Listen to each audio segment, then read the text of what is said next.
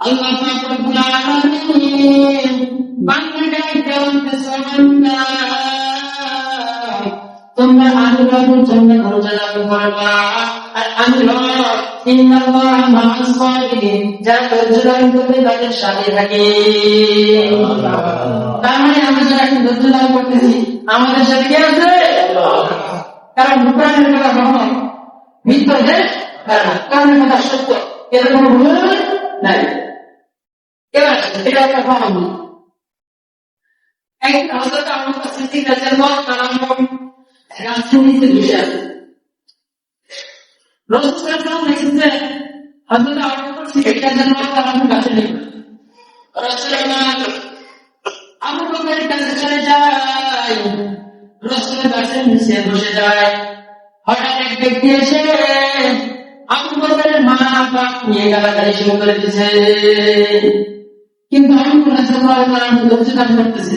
এই যে ব্যক্তি হঠাৎ এসে আবু বকরকে গালি করতেছে, সে কোনো কথা বলতেছে না, একদম চুপ। শেষ পর্যায়ে আবু বকর রাদিয়াল্লাহু তাআলা সহ্য করতে পারলেন না। এবার ব্যক্তিকে জবাব দেওয়া শুরু করলো। জবাব দিতেছেন এমন সময় রাসূলুল্লাহ উঠে চলে যাইতেছে। এখন আমি রাসূলুল্লাহ চিন্তা করছি এতক্ষণ পর্যন্ত রাসূল আমার সাথে ছিল, এখন যখন আমি জবাব দেওয়া শুরু করছি রাসূল এখান থেকে উঠে চলে যাইতেছে। এটা একটা হাদিস। তো রাসূল সাল্লাল্লাহু আলাইহি ওয়াসাল্লাম মসজিদ নববীর ভিতরে চলে গেছে। যাওয়ার পরে আবু বকর রাদিয়াল্লাহু তাআলা রাসূলের কাছে যাবেন।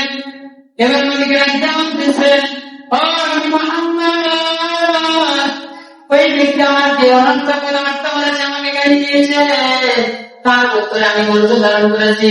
শেষ পর্যায়ে যখন আমার মা বাপকে নিয়ে এমন এমন করেছি, কোন বাক্য উচ্চারণ করেছে, এটা আমার কাছে সহ্য হয় না, এই জন্য আমি তার জবাব দিয়েছি।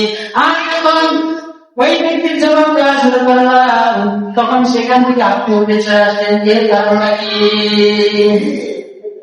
রাসূল আমার জবাব দিয়েছেন, ও আমার প্রিয় সাহাবী আবু বকর, শুনে নাও, তুমি যতক্ষণ পর্যন্ত চুপ ছিলে ওই ব্যক্তি যে গালি দিয়েছে প্রত্যেকটা গালির জবাব একজন ফেরেশতা দিয়েছে।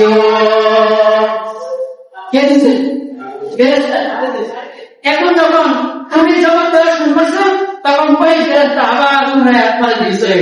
এই জন্য আমি চিন্তা করলাম যেখানে ফেরেশতা না সেখানে আমি। তাহলে তুমি যদি আরেকটু ধৈর্য ধারণ করতা তোমার প্রত্যেকটা গাড়ি গালাজের উত্তর পেয়ে যাবো ফেরেশতা।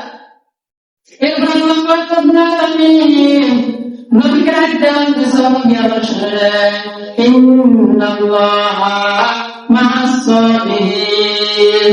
আপনি আমার আপনাদেরকে জানিয়ে দেন আমি আল্লাহ প্রত্যেকটা ধৈর্যশীলদের সাথে থাকি।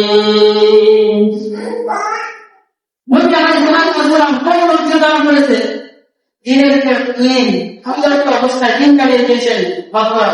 কোন সময় আল্লাহর কাছে অভিযোগ করেন, আল্লাহ আমার পেটে খাবার নাই, আপনি আমাকে খাবার ব্যবস্থা করেন। রাসূল যদি চাইতেন সারা জীবন জান্নাতের খাবার খাইতে পারতেন, যেখানে মুসা আলাইহিস সালামকে আল্লাহ রব্বুল আলামিন জান্নাতের খাবার খাইয়েছেন, যেখানে আল্লাহ রব্বুল আলামিন অসংখ্য নবী রাসূলকে জান্নাতি খাবার খাইয়েছেন, সেখানে আমাদের মনে তেমন একজন নবী যে রাহমাতুল লিল আলামিন, তাকে বুঝি আল্লাহ রব্বুল আলামিন বানালেন। আল্লাহ রাসূল যদি একবার চাইতেন তাহলে সারা জীবন ওই জান্নাতের খাবার খাইতে পারতেন, কিন্তু আল্লাহর রাসূল কখনো অধৈর্য হয় নাই। আল্লাহ রাসূল সবসময় আল্লাহর উপর ভরসা করেছেন।